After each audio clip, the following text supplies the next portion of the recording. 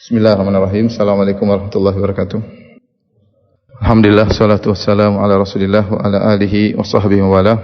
Para jamaah salat subuh yang dirahmati Allah Subhanahu wa taala. Tadi kita dengarkan ayat terpanjang dalam Al-Qur'an, yaitu bagian-bagian terakhir dari surat Al-Baqarah.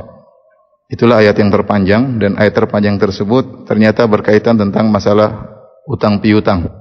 Allah Subhanahu wa taala berfirman, "Ya ayyuhalladzina amanu idza tadayantum bidainin ila ajalin musamman faktubuh." Wahai orang yang beriman, jika kalian ada utang piutang, maka catatlah.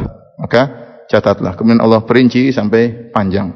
Di antara faedah ayat ini yaitu seorang kalau ada utang piutang dicatat, sehingga yang memberi utang enak untuk menagih, dan yang pinjam uang juga sadar bahwasanya dia punya hutang, ya. Sadar bahwasanya dia punya hutang. Karena kalau adab ini terkadang dilalaikan karena kawan, karena saling kenal, akhirnya nanti ujung-ujungnya jadi enggak enak, ya. Yang mau nagih enggak ada buktinya, yang ditagih lupa atau pura-pura lupa. Oleh karenanya untuk menutup celah-celah ini, di antaranya disunahkan bagi kita ketika terjadi utang piutang, ya, adalah dengan mencatatnya. Dulu ada kawan saya di Madinah, orang Kuwait, dia pernah minjam uang sama saya, dan saya tidak punya uang, ya. Akhirnya saya pinjamkan dari teman saya orang Saudi, kemudian saya kasih ke dia. Setelah saya kasih uang ke teman saya orang Kuwait tersebut, dia bilang, "Firanda, kita catat dulu." Saya bilang, "Enggak perlu." Kata dia, "Enggak, sunnah ya Firanda, kita catat."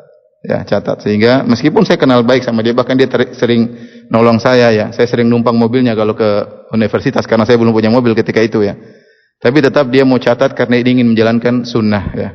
Jadi ini diantara hal yang kalau kita jalankan sunnah, ajaran Islam, insya Allah lebih selamat. Kemudian ayat ini, ayat yang terpanjang ini juga dianggap oleh sebagian ulama sebagai arja ayatin fi kitabillah, yaitu ayat yang paling memberi harapan bagi hamba-hamba Allah.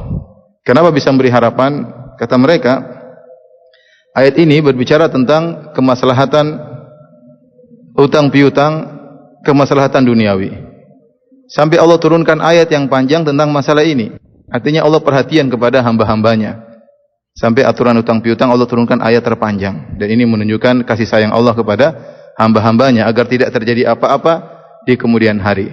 Nah, kalau Allah dalam urusan begini saja perhatian sama kita, apalagi urusan-urusan yang lain. Maka seorang senantiasa husnudzon kepada Rabbnya, senantiasa berharap kepada Rabbnya, dan terus berusaha bertakwa kepada Allah Subhanahu wa taala. Dalam menjalankan syariatnya ada keselamatan dan ada kebahagiaan. Wabillahi taufiq wal hidayah. Assalamualaikum warahmatullahi wabarakatuh.